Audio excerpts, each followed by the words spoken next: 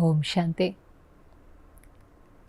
आज मीठा बाबा जब बच्चों को देख रहा है तो बाबा स्वराज्य अधिकारी बच्चों को देख रहा है। हर बच्चे को बाबा ने स्वराज्य का तख्त दिया है। विश्व राज्य अधिकारी तो बाद में बनेंगे, लेकिन यहाँ पर पहले बाबा हमको स्वराज्य अधिकारी बनाता है। अब बाबा तो देख ही रहा है कि हम स्वराज्य अधिकारी हैं, क्योंकि जन्म से ही बाबा ने हर एक को ये अधिकार दिया स्वराज्य का। और ये शब्द नया नहीं है, हमने बहुत बार मुरलियों में इसको सुना है, लेकिन एक बार फिर से अगर हम देखें स्वराज्य क्या है। स्वराज्य माना जिसका स्व के ऊपर पूरा राज्य है, सेल्फ सॉवरेन। अब स्व का किस पर राज्य चाहिए? पहले जो हमारी स्थूल कर्मेंद्रियाँ हैं, क्योंकि कलयुग के अंत तक आते आते ये स्थूल कर्मेंद्रियाँ भी हमें बहुत धोखा देती हैं, जिसमें बाबा कहते हैं नंबर 1 धोखा देने वाली आँखें हैं, चलायमान हो जाती हैं। तो चाहे आँखें हैं, कान हैं, मुख है, हाथ हैं, सारे की सारी जो इंद्रियां हैं वो हमारे अनुसार चले। कभी भी ये नहीं कहना पड़े कि बोलना नहीं था बोल दिया, सुनना नहीं था सुन लिया। आत्मा मालिक बनकर अपनी स्थूल कर्मेंद्रियों को ऑर्डर से चलाए। आत्मा राजा है, मालिक है, और जो हमारी कर्मेंद्रियां हैं वो उसकी कर्मचारी हैं। जो बाबा कई बार कहता है दरबार भी लगाओ, देखो सब आपके ऑर्डर से चलते हैं कि नहीं।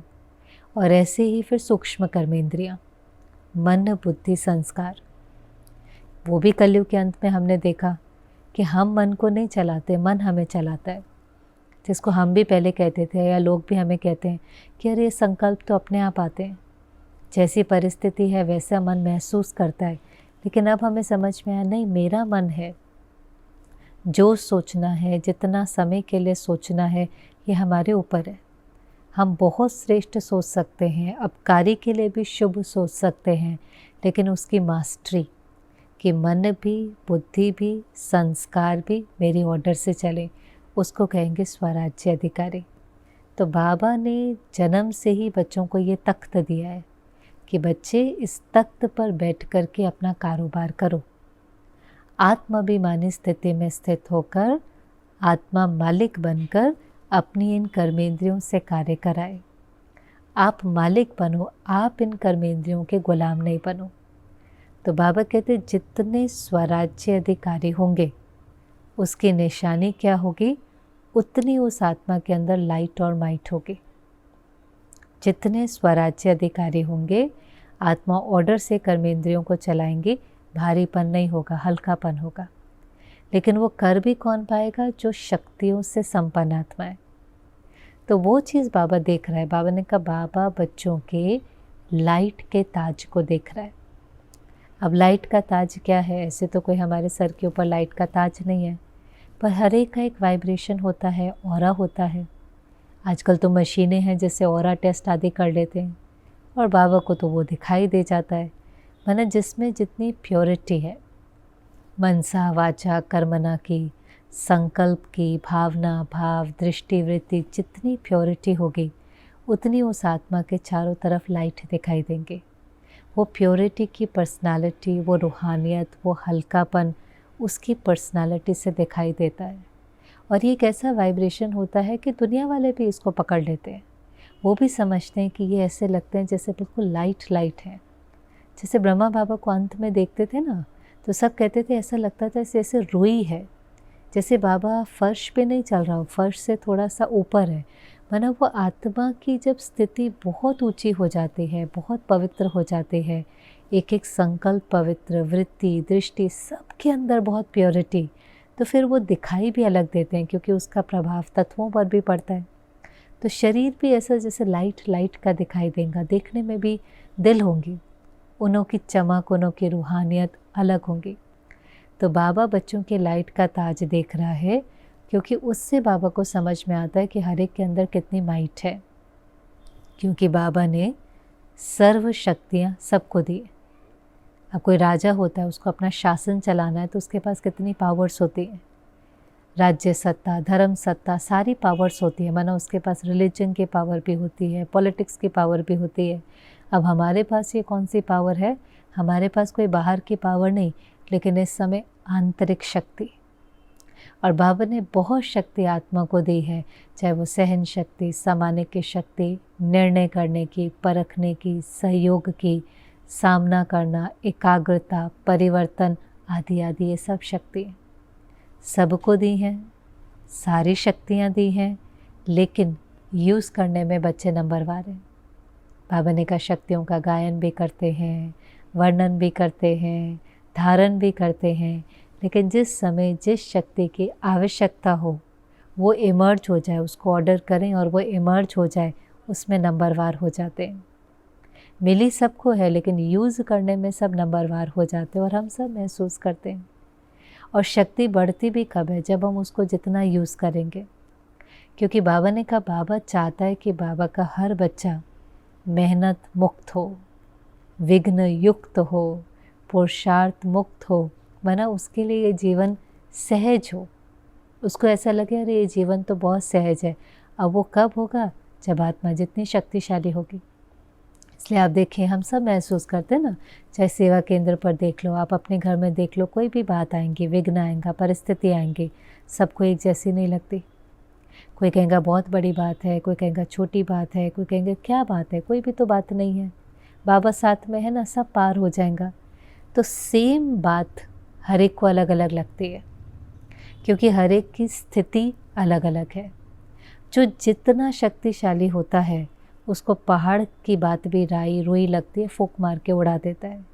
और जितना कमज़ोर होगा, चाहे वो ब्राह्मण आत्मा है, अज्ञानी है, उस कमज़ोरी की निशानी है कि उसको छोटी छोटी बातें बड़ी लगेंगी। वो बहुत छोटी बात होगा लेकिन उसको विघ्न लगेगा, उसको तूफ़ान और समस्या लगेगी। और वहीं पर जो शक्तिशाली आत्मा होगी उसको बात भी बहुत छोटी लगेगी, आगे बढ़ने का साधन लगेगा, उसको लगेगा इसमें तो मेरी शक्ति और बढ़ रही है, तो फ़र्क हो जाता है। तो इसलिए संगम युग है अपनी आंतरिक शक्तियों को बढ़ाने का युग। और जिस समय जिस शक्ति की आवश्यकता हो उसको ऑर्डर किया, वो शक्ति हाजिर हो, हम उसको यूज़ करें और उस समस्या में पार हो जाए। मानो कोई अपमान कर रहा है तो उस समय सामना नहीं करना होता, उस समय सहन करना होता है। अगर हम उस समय सहन करते हैं तो बाबा कैसे कहता है, ताली तब तक नहीं बज सकती जब तक दो हाथ से बजेंगे ना। वो कुछ गलत कह भी रहा है, पर आप अगर मुख में मुलहरा डाल लो, मन में भी उसके लिए श्रेष्ठ सोचो, वो कमज़ोर आत्मा है, इस समय हलचल में है, मुझे उसको शांति का दान देना है। तो मैंने उस समय क्या किया? सहन किया। सहन किया माना उसके संस्कारों का प्रभाव मेरे पर नहीं पड़ा, पर मैंने अपने शांति के संस्कार का सहयोग उसको दिया।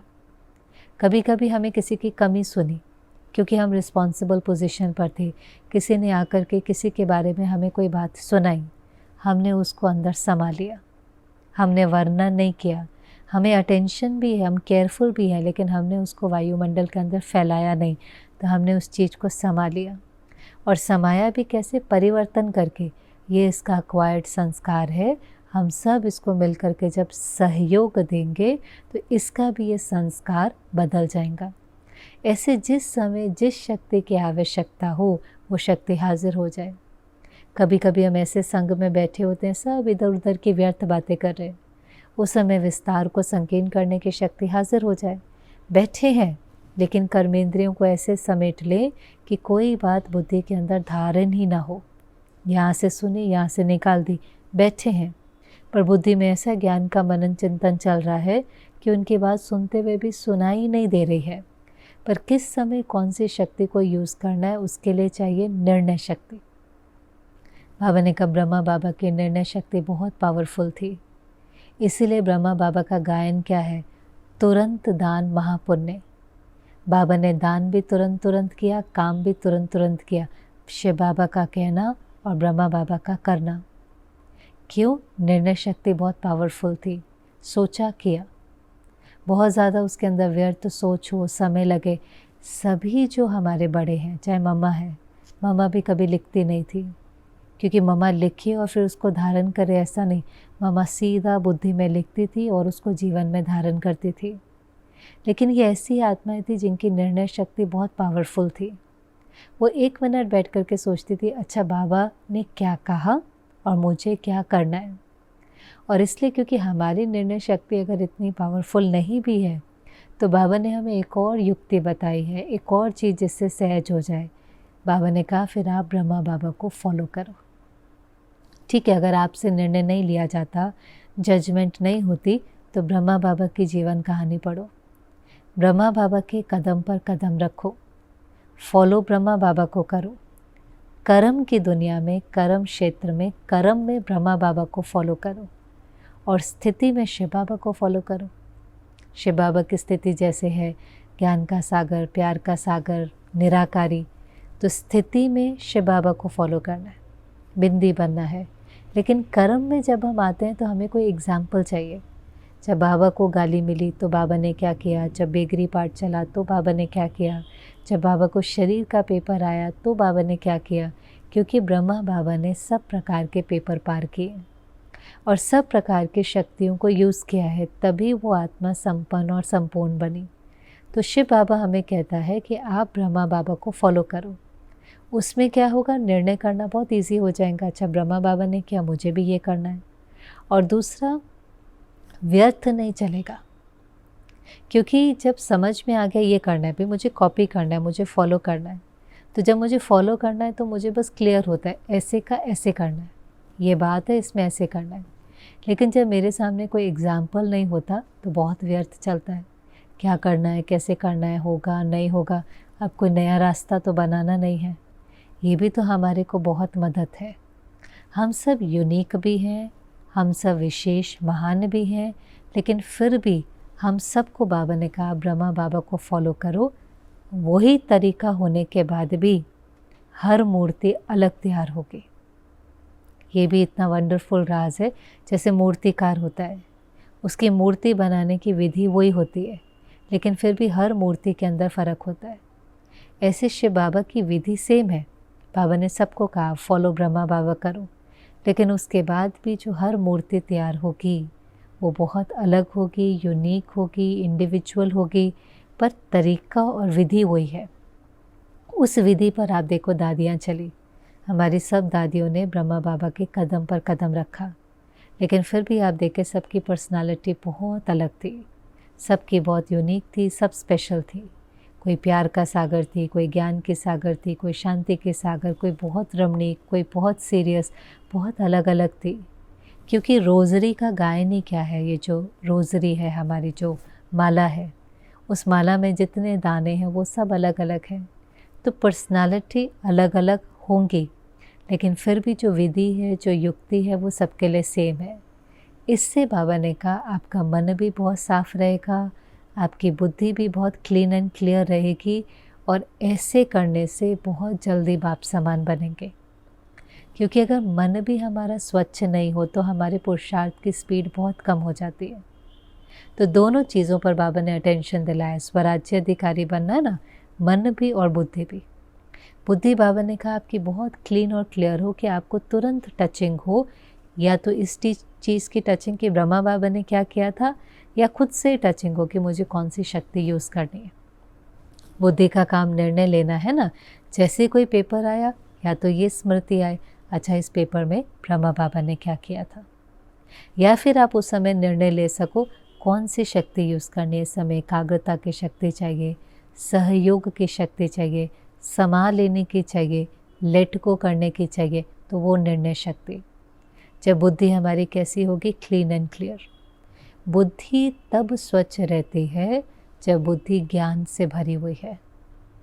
अगर इस बुद्धि के अंदर बहुत व्यर्थ हम धारण कर लें, लोगों की कमियां धारण कर लें, बहुत सारी संसार की बातें और इन्फॉर्मेशन धारण कर लें, तो इस बुद्धि के अंदर ताकत नहीं बचती है। इसलिए बाबा कहते हैं कि शेरनी के दूध के लिए सोने का बर्तन चाहिए। अब ये बर्तन कौन सा है? बुद्धि रूपी बर्तन।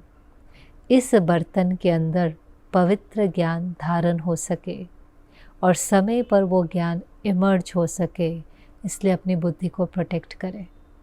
सारे संसार की बातें, इन्फॉर्मेशन, इतनी नॉलेज, इतना कंटेंट अगर हम अपनी बुद्धि के अंदर डालते जाएंगे तो बुद्धि की प्योरिटी कम होती है, फिर उसकी निर्णय शक्ति भी बहुत कम हो जाती है। तो एक बुद्धि को स्वच्छ रखना है, उसके लिए जो सिंपल तरीका है, बुद्धि ज्ञान से भरपूर रहे। संसार की बातें जितनी आवश्यकता है बस। अगर कोई किसी की फील्ड है, उसको आवश्यकता है, तो उस फील्ड की नॉलेज तो रखनी ही पड़ती है, लेकिन ऐसे नहीं सब नहीं कंटेंट पढ़ना है। ये भी देख लिया, ये भी सुन लिया, ये भी पढ़ लिया, 4 अखबार भी पढ़ लिए, सब तो वो बुद्धि को फिर आप सोचेंगे ज्ञान उसमें धारण हो बहुत मुश्किल है। ऐसे ही बाबा ने कहा मन को स्वच्छ रखें, खुद के प्रति भी जो चिंतन हो वो बहुत श्रेष्ठ हो, दूसरे के प्रति जो चिंतन हो वो भी बहुत श्रेष्ठ हो। मन की बहुत शक्ति है। मन हमारा जितना स्वच्छ बनता जाएगा, हम लोगों को फरिश्ते नज़र आएंगे। फरिश्ता क्या है? आज भी बाबा ने कहा पक्का करो, फरिश्ता फरिश्ता फरिश्ता। फरिश्ता है क्या? फरिश्ता माना जो अपने संकल्पों से सेवा करता है।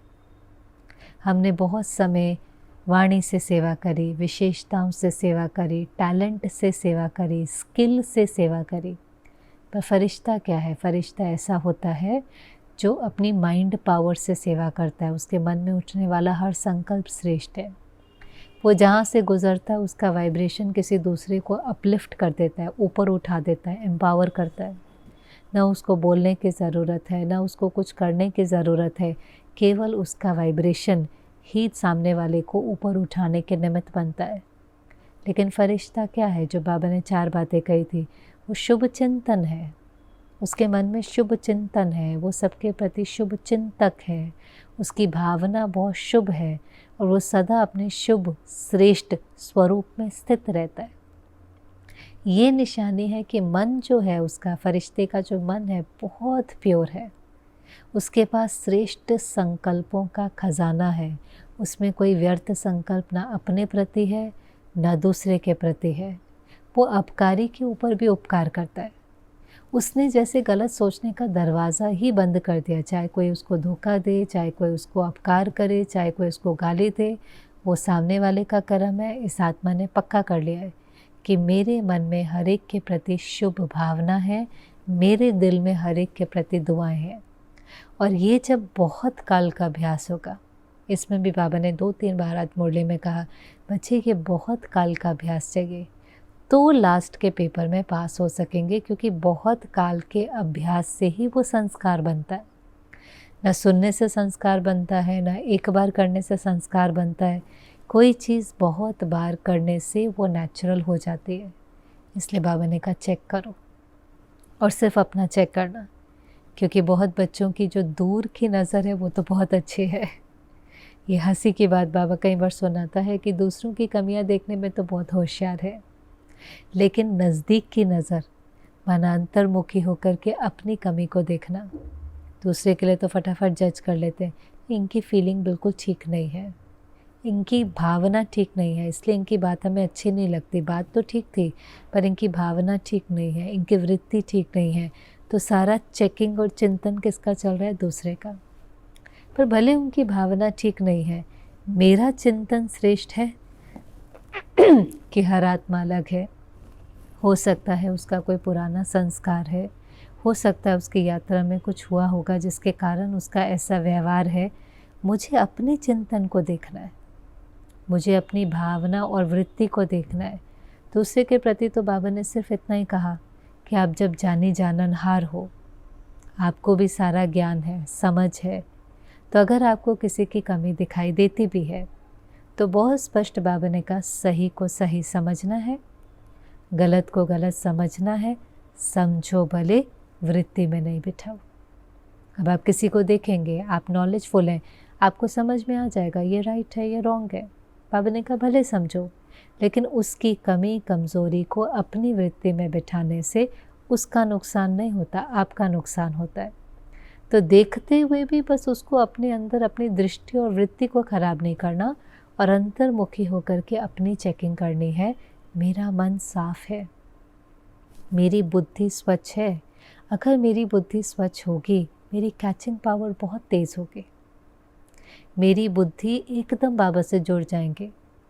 वो बुद्धिवानों का बुद्धिवान है, हमारा कनेक्शन उसके साथ वायरलेस है, उसके लिए वॉइसलेस इंटेलेक्ट चाहिए। अगर मेरी बुद्धि पवित्र होगी, हम बाबा के साथ बैठेंगे और हमें टचिंग होगी क्या करना है। हमें बहुत लोगों से पूछने की ज़रूरत ही नहीं है राइट क्या है, रॉन्ग क्या है। हाँ, हमें कई बार बड़ों से इसलिए भी पूछना पड़ता है क्योंकि हमारी बुद्धि कैच नहीं कर पाती। पर वास्तव में हमारा निर्णय हम खुद बहुत अच्छा ले सकते हैं, क्योंकि बुद्धिवानों का बुद्धिमान मेरी बुद्धि को टच करेगा, पर केवल क्योंकि मेरी बुद्धि स्वच्छ नहीं होती, क्लियर नहीं होती, मेरी कैचिंग पावर, मेरी इंट्यूशन बहुत पावरफुल नहीं होती। और जीवन में सबसे ज़्यादा सफल वो लोग होते हैं जो इंट्यूटिव होते हैं। वो अपनी इंट्यूशन से चलते हैं, कहते हैं मेरे को अंदर से आवाज़ आई, और वो आवाज़ हमेशा सच होती है। पर वो आवाज़ कौन सी है? मन साफ था, बुद्धि साफ थी, तो टच होता है, क्योंकि हमारा भी तो एक संस्कार ज्ञान है ना। आत्मा के जो ओरिजिनल संस्कार हैं, शांति, शक्ति, प्रेम, आनंद, खुशी, ज्ञान, पवित्रता, तो मेरे पास सारा ज्ञान है। इंट्यूशन, अंदर एक ट्यूटर बैठा है जिसको सब कुछ पता है, लेकिन वो आवाज़ हम तभी सुन पाते हैं जब मन भी साफ है और बुद्धि भी स्वच्छ है। जैसे कोई पॉन्ड होता है, नदी है कोई, है ना, आप उसके नीचे तभी देख सकते हैं जब वो पानी बिल्कुल साफ़ होगा, तो आपको नीचे भी दिखाई देगा। लेकिन अगर ऊपर का पानी गंदा है, उसमें बहुत हलचल है, तो आपको नीचे नहीं दिखाई देगा। ऐसे ही यहाँ पर अगर साफ़ है, स्वच्छ है, तो वो जो अंदर की जो बात है वो आपको सुनाई देंगी। कॉन्शियस क्लियर होगा तो वो अंदर की जो आवाज़ है वो आत्मा सुन पाती है। तो इसलिए बाबा ने जो आज हमें शिक्षा दी कि बच्चे मन को भी स्वच्छ रखो, बुद्धि को भी स्वच्छ रखो, निर्णय शक्ति आपकी पावरफुल हो, जिस शक्ति की आवश्यकता हो उसको ऑर्डर करो और वो हाजिर हो जाए। फिर जो दूसरा काम बाबा ने दिया कि बाबा ने कहा देखो मैं ब्रह्मा कुमार कुमारी हूँ, ये कितना पक्का हो गया है। अंदर में हमें कितना पक्का होता है ना, मैं बीके हूँ, ये बीके की क्लास है, ये नॉन बीके है। वैसे तो ये शब्द अच्छा नहीं है, नॉन बीके कोई शब्द ही नहीं है। हाँ, ये मेहमान है, लेकिन जब हम बीके कहते हैं तो हमें नशा होता है। ब्रह्मा मुख वंशावली है। हमने शिव बाबा को पहचान लिया, उसने मुख के द्वारा ज्ञान सुनाकर हमें अडॉप्ट किया। अब ये टाइटल भी कभी कभी नुकसान दे जाता है, क्योंकि ये भी एक नया टाइटल है। जैसे और टाइटल होते हैं ना, मैं टीचर हूँ, मैं मदर हूँ, मैं डॉक्टर हूँ। तो क्या होता है जब कोई डॉक्टर के बारे में कुछ कहता है, कोई कह देता है अच्छा डॉक्टर्स तो आजकल बहुत करप्ट हो गए हैं, तो मैं अगर डॉक्टर प्रोफेशन से आइडेंटिफाई करता हूँ और मैं समझता हूँ मैं डॉक्टर हूँ, मुझे ये भूल जाता है कि मेरा प्रोफेशन डॉक्टर का है, मुझे लगता है मैं डॉक्टर हूँ, और कोई मेरे प्रोफेशन के बारे में कुछ कहता है तो मुझे बुरा लगता है। वो ओपिनियन उसका मेरे प्रोफेशन के बारे में था, लेकिन मुझे याद नहीं है ना ये मेरा प्रोफेशन है। मैं अपने को आइडेंटिफाई किससे करता हूँ? मैं डॉक्टर हूँ। तो कोई मेरे प्रोफेशन के बारे में अपना अनुभव सुनाता है, राय या अपना फीडबैक देता है, तो बुरा मुझे लगता है। ऐसे मुझे लगता है मैं मदर हूँ, तो कोई फिर मदर के बारे में कुछ कहता है कि आजकल की मदर तो बहुत केयर नहीं करती, वो तो बहुत एम्बिशियस हो गई हैं, उनको तो धन कमाने का है, वो तो बच्चों की उतनी पालना नहीं करती। अब वो किसी एक के बारे में कह रहे होंगे, लेकिन मैं अपने को उस लेबल से आइडेंटिफाई करती तो मुझे बुरा लगता है, जैसे वो मेरे बारे में कह रहे हैं, वो पर्सनल अटैक कर रहे हैं। इसलिए तो लोगों को आजकल बहुत गुस्सा रहता है और हर चीज़ में आर्ग्यू और डिबेट करने के लिए रेडी हो जाते हैं, क्योंकि वो उस लेबल से आइडेंटिफाई करते हैं। और जैसे उस लेवल की कोई बात चलती है, चाहे वो मदर है, डॉक्टर है, मेल फीमेल है, उनको एकदम उस चीज़ की जैसे फीलिंग आ जाती है। ऐसे ही हमने तो देही अभिमानी स्थिति को धारण करना था कि सारे लेबल को छोड़ें और याद रखें कि मैं आत्मा हूँ। पर हमने एक और नया लेबल पक्का कर लिया कि मैं ब्रह्मा कुमार कुमारी हूँ। अब आप सूक्ष्म चेकिंग करना, कभी कभी हमारे परिवार में, रिश्तेदार में, घर में कोई ब्रह्मा कुमारियों के बारे में गलत बोल देता है। ये तो ऐसे हैं, घर तोड़वाते हैं, ऐसा करते हैं, ऐसा करते, कुछ भी। जब वो ऐसा ऐसा बोलते हैं तो हमें बहुत बुरा लगता है। मेरे बाबा को ऐसा बोला, मेरे परिवार को ऐसा बोला। अब ये उनका अनुभव है, उनका ओपिनियन है, पर मुझे बुरा क्यों लग रहा है? क्योंकि मैंने एक नया लेबल धारण कर लिया, मैं ब्रह्मा कुमार और कुमारी हूँ। बाबा ने कहा भी इसका भी त्याग करो, इस लेबल का भी त्याग करो, और क्या पक्का करो? मैं फरिश्ता हूँ। क्योंकि फरिश्ते के बारे में तो जल्दी से कोई कुछ गलत बोलेगा ही नहीं। फरिश्ते सबको अच्छे लगते हैं, फरिश्तों से सबको प्यार है, और फरिश्ते परफेक्ट होते हैं। अभी ब्रह्मा कुमार कुमारी परफेक्ट नहीं होते, पुरुषार्थी हैं, वर्क इन प्रोग्रेस हैं। लेकिन फरिश्ता, एंजल, परफेक्ट, संपूर्ण स्थिति। तो बाबा ने कहा वही वाला लेबल धारण करो और अपने को कहो मैं अवतरित हुआ फरिश्ता हूँ, संदेश देने के लिए आया हूँ। कर्म किया, फिर न्यारे होकर के अपनी शांति की स्थिति में स्थित हो गए। ऐसा फरिश्ता, बोल भी फरिश्ते के, हमारी वृत्ति से दूसरे की वृत्ति बदले, हमारी दृष्टि से दूसरे की दृष्टि बदले, पर पहले क्लैरिटी के फरिश्ता क्या है। जो अभी भी पिछली तो लास्ट टू लास्ट मोड़ ली थी ना, जिसमें बाबा ने पूरा बताया था। फरिश्ता माना जो साधारण कर्म कर रहा है तो भी न्यारा प्यारा लग रहा है। फरिश्ता एक स्थिति है। सिर्फ जब योग करा रहे हैं, भाषण कर रहे हैं तो ही वो चेहरे में हर्षितपना दिखाई दे, योग्युक्त स्थिति दिखाई दे, नहीं। लेकिन साधारण कर्म करते हुए भी अचानक भी कोई समस्या आ जाए तो भी ऐसी हमारी न्यारी प्यारी अलौकिक स्थिति है, हर्षित चेहरा है, हर्षित चलन है कि देखने वाले लोग कहें ये तो बहुत अलौकिक है, अल्लाह लोग हैं, फरिश्ते हैं। वो चीज़ दिखाई दे कि परिस्थिति का स्थिति पर प्रभाव नहीं पड़े, पर स्थिति का परिस्थिति पर प्रभाव पड़े। और उसके लिए विधि बाबा ने सिंपल ही बताई थी। एक शब्द याद रखो, शुभ। बस शुभ, शुभ चिंतन, शुभ चिंतक, शुभ भावना, शुभ श्रेष्ठ स्वरूप, शुभ। शुभ संकल्प को पक्का कर दो। अगर कोई अशुभ करता भी है तो संभालो, परिवर्तन करके संभालो। कमज़ोर आत्मा है, कोई पुराना हिसाब किताब होगा, अच्छा है चुक तो हो गया, कर्म भोग चुक तो हो गया, परिवर्तन करके उसको अंदर संभालो। लेकिन फरिश्ता माना उसकी दृष्टि भी प्योर, उसकी वृत्ति भी प्योर है। वो बाबा ने का पक्का करो। और फिर पूछा कितनी देर में फरिश्ता बन सकते हो। 1 सेकंड में बन सकते हो। डबल विदेशी बोलो। जयंती बहन को बाबा ने कहा आप सबकी तरफ से बोलो। फिर बाबा ने कहा अच्छा वो हाथ उठाओ जिनको लगता है 1 सेकंड से ज़्यादा लगेगा, तो बहुतों ने हाथ उठाया। फिर बाबा ने कहा देखो महसूस किया, ये तो अच्छा है। आपने महसूस किया कि मैं 1 सेकंड में फरिश्ता नहीं बन सकता, मुझे समय लगता है, ये तो अच्छा है। लेकिन लास्ट का पेपर तो 1 सेकंड का है। इसलिए सभी टाइम फिक्स करो कि कितने समय में फरिश्ता बनेंगे। दादी को पूछा, जानकी दादी को, तो दादी ने कहा बस बाबा आज।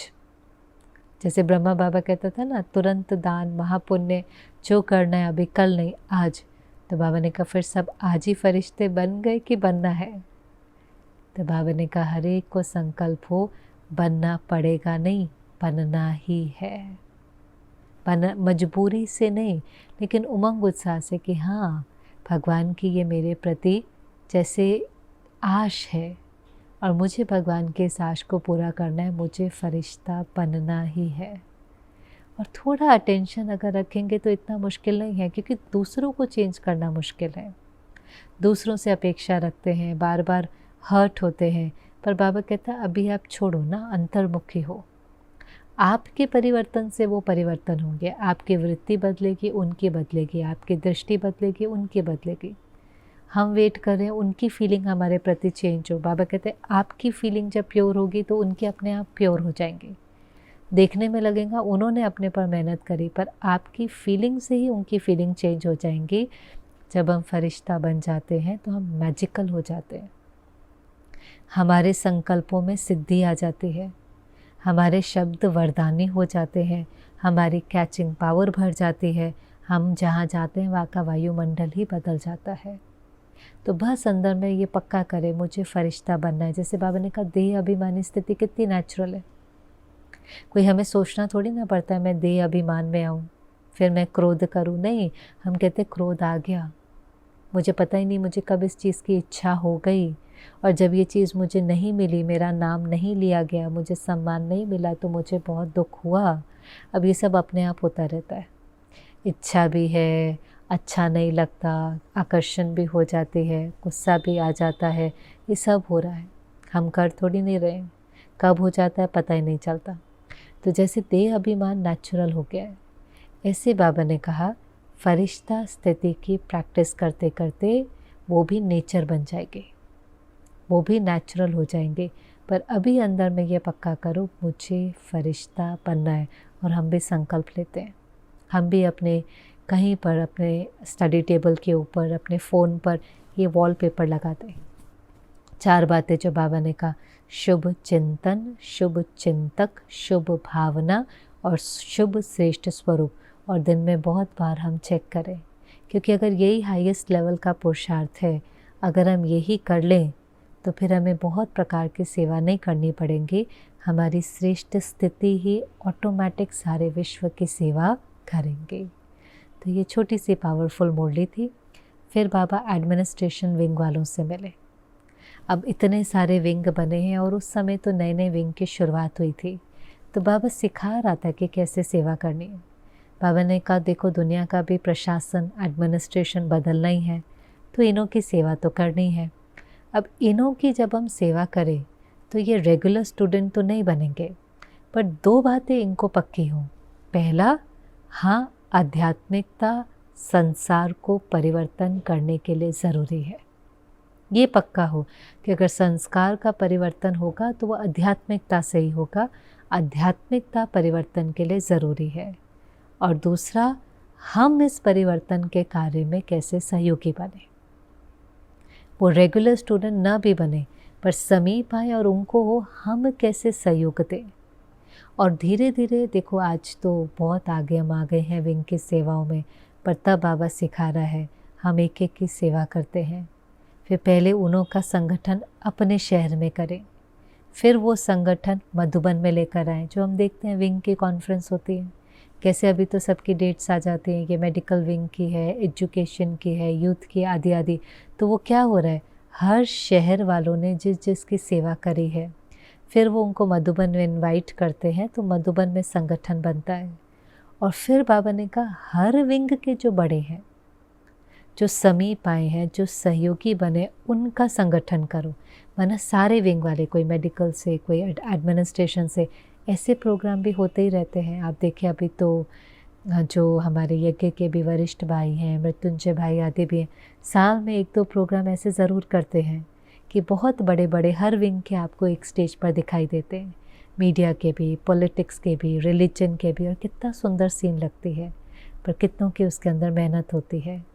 और फिर बाबा ने कहा इंटरनेशनल वाले भी ऐसे करें, विदेश वाले भी पहले अपने शहर में करें, फिर वो मधुबन में करें। और चलती हैं मधुबन में रिट्रीट, पीस ऑफ माइंड की है, कॉल ऑफ टाइम की है, इनर पीस इनर पावर है, उन्हों के विशिष्ट वरिष्ठ का संगठन। और फिर भारत और विदेश का मिल करके संगठन। वो भी प्रोग्राम हमने देखे, जो ग्लोबल फेस्टिवल होता है जो हर साल अभी तो होने लगा है, कि विदेश के और देश के यज्ञ के भी कुछ वरिष्ठ भाई बहनें और बाहर वाले भी जो बहुत श्रेष्ठ पोजीशन पर हैं, चाहे मीडिया में है, पॉलिटिक्स में है, 2-3 दिन ये कार्यक्रम चलता है। इससे क्या होता है, सबको बहुत उमंग उत्साह आता है। नेचुरल सी बात है ना, मैं अकेले कर रहा हूँ और एक अच्छा ये इस देश वाला भी कर रहा है, ये इस स्टेट में भी कर रहा है, इसका ये संकल्प है, ये भी जुड़े हुए हैं, तो उमंग उत्साह आता है, उल्लास आता है। और फिर आपको तो पता है बाबा का जो कार्य है, बूंद बूंद बूंद बूंद से सागर का रूप ले लेता है। आज आप देखो कमाल, कहाँ प्रोग्राम नहीं होते हमारे गवर्नमेंट हाउस में, असेंबलीज़ में, पार्लियामेंट में, जो बड़े से बड़ा स्थान है वहाँ पर बाबा का कार्य हो रहा है। पर कहाँ से वो विंग के प्रोग्राम की शुरुआत हुई थी, जगदीश भाई का संकल्प था, वो बने, पहले शहरों में हुए, फिर मधुबन में हुए, अब ग्लोबल प्लेटफॉर्म पर भी हो रहे हैं। पहले हम उनको बुलाते हैं, फिर वो हमें बुलाते हैं। पहले हम उनको स्टेज देते हैं, फिर वो हमें रेडीमेड स्टेज देते हैं। पहले हम उनको कहते हैं आप हमारे यहाँ आकर सुनो, फिर वो कहते हैं आप हमारे यहाँ आकर के सबको सुनाओ। तो अभी वो वाला परिवर्तन भी देखने में आया। पर बाबा ने सिखाया सेवा कैसे करनी है, वो भी सिखाया। माइक्रो से मैक्रो पर कैसे जाना है, वो भी सिखाया। भले लौकिक पढ़ाई नहीं करी हो, पर तो भी बाबा को पता है पहले माइक्रो, पहले हर चीज़ अपने घर से शुरू होगी, अपने शहर से शुरू होगी, फिर वो देश के लेवल पर, फिर वो इंटरनेशनल लेवल पर जाएंगे। तो हर एक, इसलिए कभी कभी नाम भले एक का भी हो, जैसे घर बनता है ना, नाम हो जाता है बिल्डर का, पर हर मजदूर, हर लकड़ी, हर कॉन्ट्रैक्टर का उसमें सहयोग होता है। ऐसे आज जो बड़े प्रोग्राम होते हैं, वो बड़े बड़े प्रोग्राम में हर आत्मा का सहयोग है।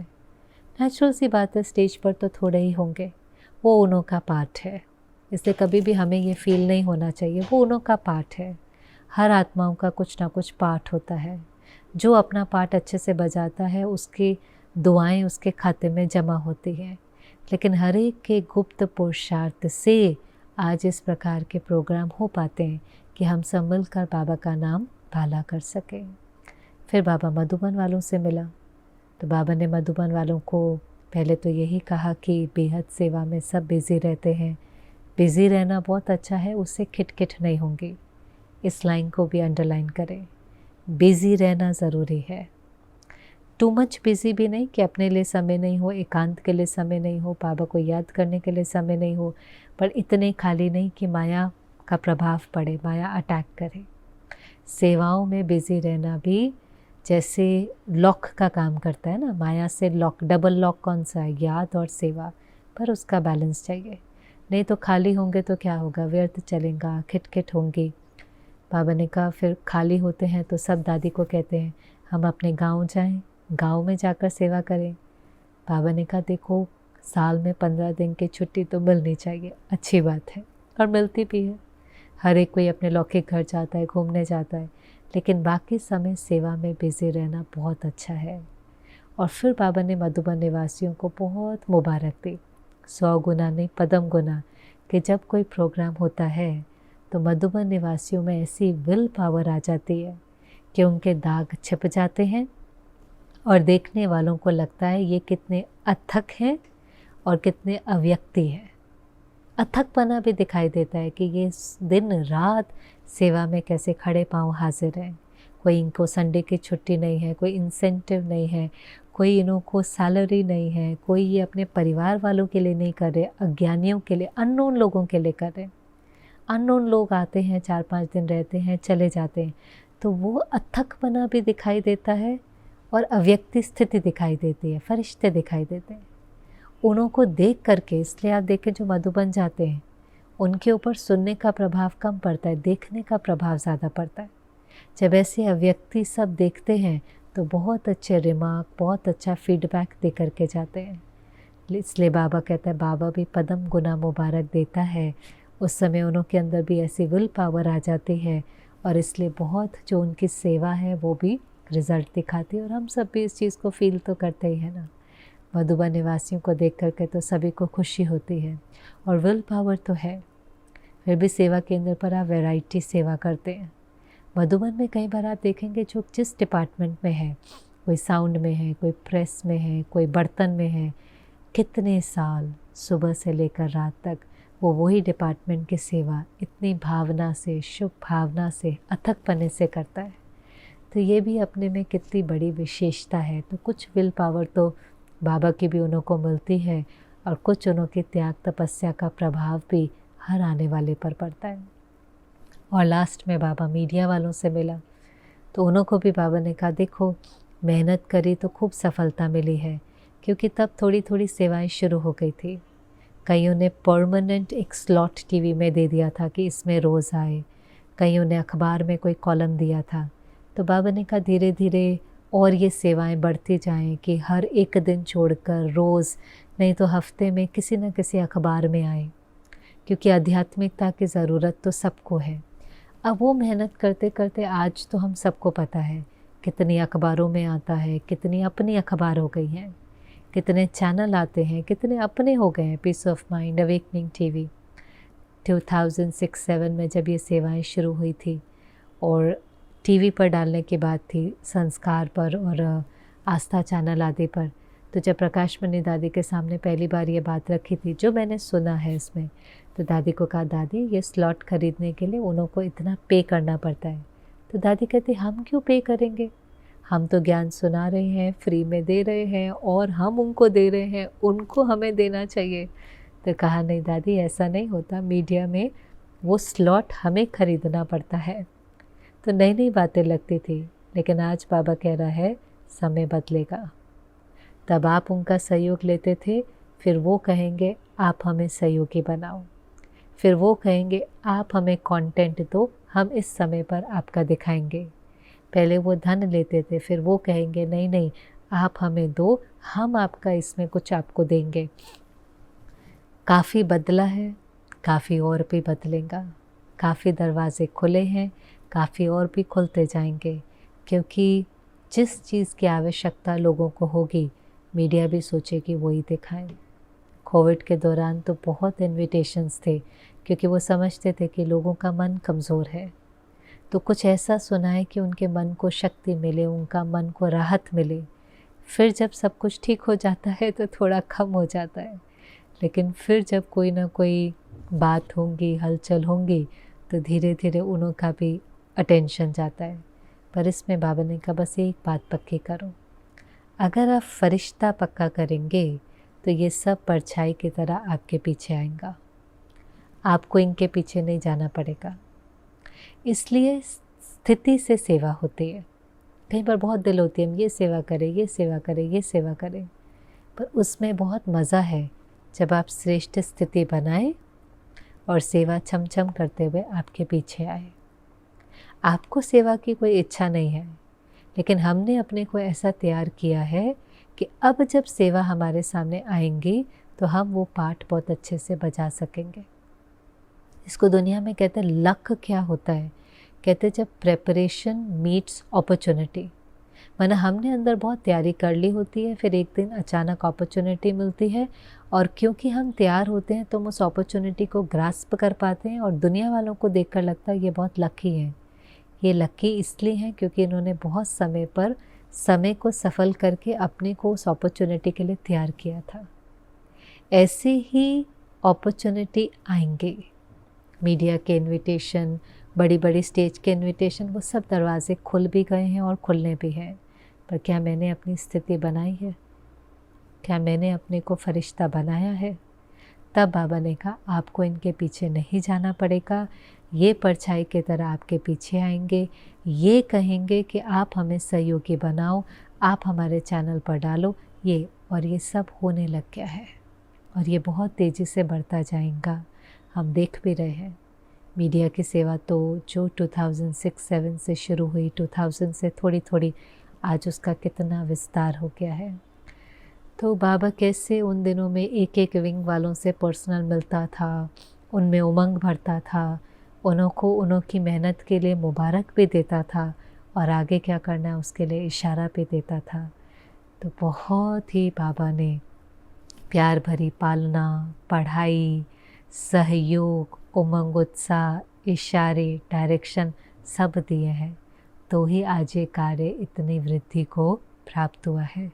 और हम भाग्यशाली हैं कि हमें खुदाई खिदमतगार बनने का पाठ मिला। तो आपको भी जो बात अच्छी लगी उसको पक्का करें, स्मृति में लेकर आएँ, कमेंट सेक्शन में ज़रूर लिखें, और नहीं तो कहीं ना कहीं अपनी स्टडी टेबल आदि कहीं पर भी उसको लिख कर रखें कि ये मेरे इस हफ्ते का, इस मास का विशेष पुरुषार्थ रहेगा। ओम शांति।